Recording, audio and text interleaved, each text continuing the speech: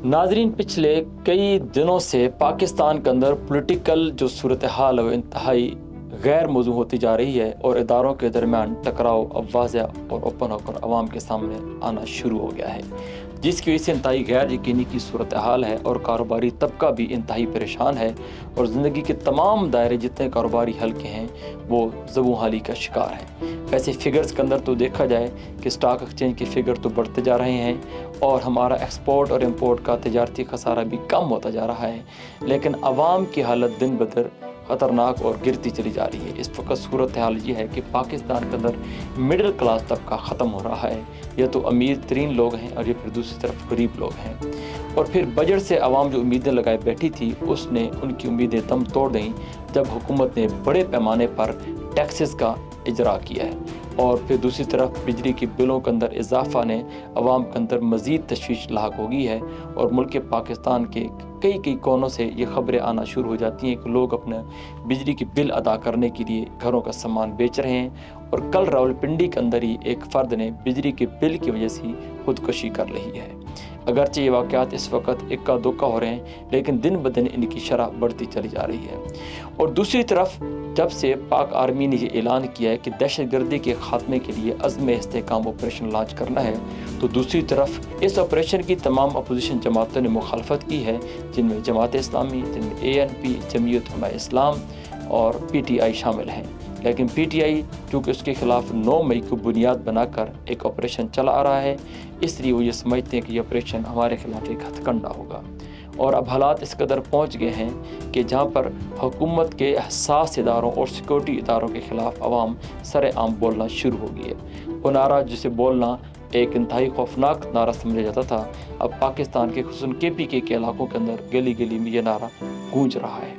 और ये सूरत हाल इस वक्त इतनी खौफनाक सूरत हाल हो रही है कि जो माशरे के अंदर अनारकी पैदा कर रही है और खुदा न खास्ता किसी बड़े सहने का सबब बन सकती है।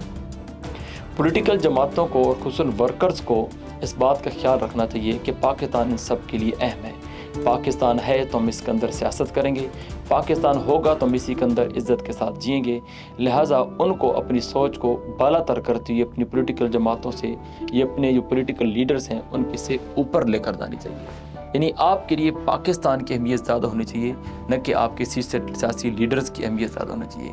इस वक्त सूरत हाल ये है कि इन सियासी जमातों ने अपने अपने सियासी पेशवाओं को एक बुत बना रखा है, जिसमें से सबसे बड़ी सूरत हाल इस वक्त, चूँकि ज़ाहिरी बात हालिया इलेक्शन के अंदर भी फार्म 45 के मुताबिक चूँकि PTI एक बड़ी पॉलिटिकल जमात थी, लेकिन हुकूमत चूँकि फार्म 47 के तहत बनी है, जो कि ज़बरदस्ती पीपल पार्टी और नून लीग के ऊपर बना दी गई है।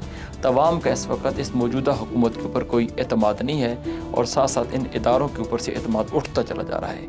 और ये इंतहाई खौफनाक सूरत हाल है कि जब आवाम का इन इदारों के ऊपर से एतमाद उठ जाता है तो अनारकी की कैफियत पैदा होती है और लोग अपने हाथों के अंदर अपने फ़ैसले लेते हैं और फिर अपने फ़ैसले खुद करते हैं। इसी सिलसिले की ये कड़ी है कि आवाम का इन सिक्योरिटी के इदारों से भी एतमाद उठ गया है।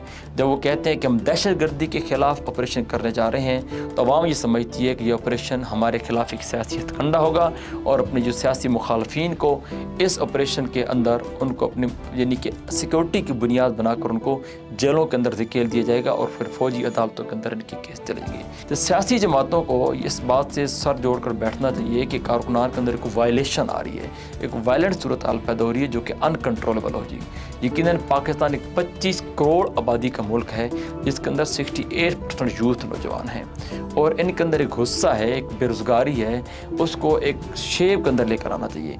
याद रखिए, मुनज़्ज़म जद्दोजहद होती है, एक ऑर्गेनाइज्ड जो तहरीक होती है वही कोई नताइज लेकर आ सकती है। अनऑर्गेनाइज्ड जो तहरीक होती है, जो गैर मुनज़्ज़म जो जत्थे होते हैं वो हमेशा वायलेंट होते हैं और उनसे कोई नताइज नहीं आते।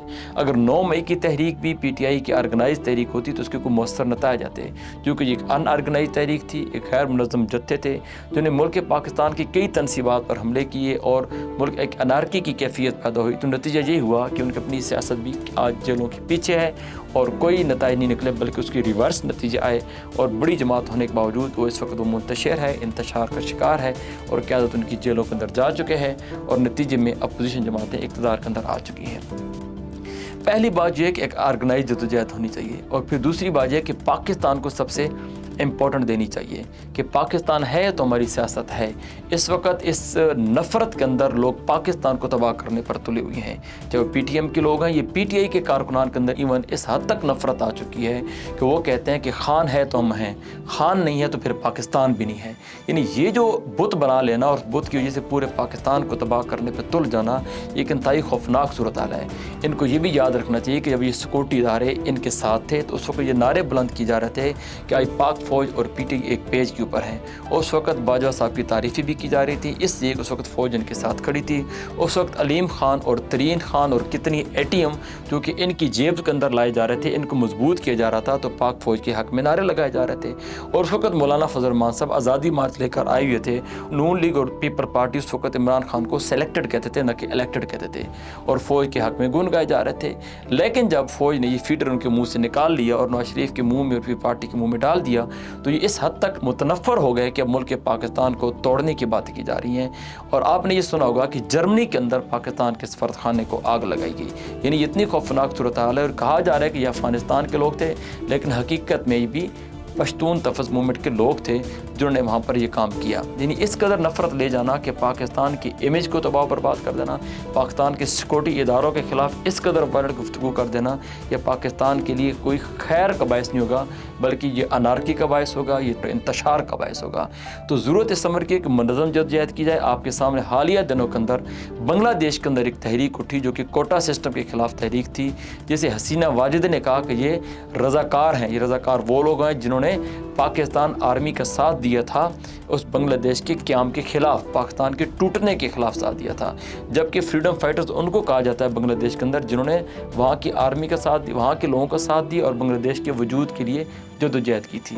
लेकिन वो चूँकि ऑर्गेनाइज जद्दोजहद थी, मुनज़्ज़म जद्दोजहद थी, बांग्लादेश के अंदर ही जद्दोजहद चल रही थी और लोगों ने जानें ले नहीं बल्कि जानें दी वहाँ पर अपनी, और अपनी जानें देकर उस तहरीक को कामयाबी से हमकिनार किया। आज वो कोटा सिस्टम जो फ्रीडम फाइटर्स के लिए 30% था, वो 3% और 4% के अंदर कन्वर्ट हो चुका है। ज़रूरत इस अमर की है कि अगर आपने पाकिस्तान को संवारना है तो आप जान देने के लिए तैयार हों, आप जान लेने के लिए तैयार ना हो। और वो दिन आएंगे इंशाअल्लाह जी कि पाकिस्तान दुनिया के एक पुरअमन मुल्क होगा, एक पॉलिटिकल स्टेबल मुल्क होगा। 25 करोड़ आबादी का मुल्क है, जहाँ बंदे हैं वहाँ बिज़नेस है, बहुत बड़ी मार्केट है, और यहाँ पर इंशाल्लाह हमारी अपनी ही बनाई चीज़ें यहाँ पर सेल होगी, यहाँ से चीज़ें एक्सपोर्ट होंगी, इंपोर्ट नहीं होगी। लेकिन उसके लिए ज़रूरी है कि पाकिस्तान के क़याम को प्रायोरिटी दें, अपनी पार्टीज़ के लीडर्स को बुत न बनाएं। इस वक्त PTI का जो मसला है कि इमरान खान उनका मसला है, नून लीग वालों के लिए नवाज शरीफ उनका मसला है, पाकिस्तान मसला नहीं है। अवाम जुल्म की चक्की के अंदर पिस रही है, बिजली के बिल बढ़ते जा रहे हैं, महंगाई बढ़ती जा रही है, पॉलिटिकल स्टेबिलिटी की वजह से कारोबार तबाह हो रहा है, नौजवान तबका पाकिस्तान से बाहर जा रहा है, ब्रेन ड्रेन हो रही है। इस पर सोचने की ज़रूरत है। आइए हम सब मिलकर एक पेज पर जमा हों और पाकिस्तान की तामीर और तरक्की के लिए अपना रोल प्ले करें।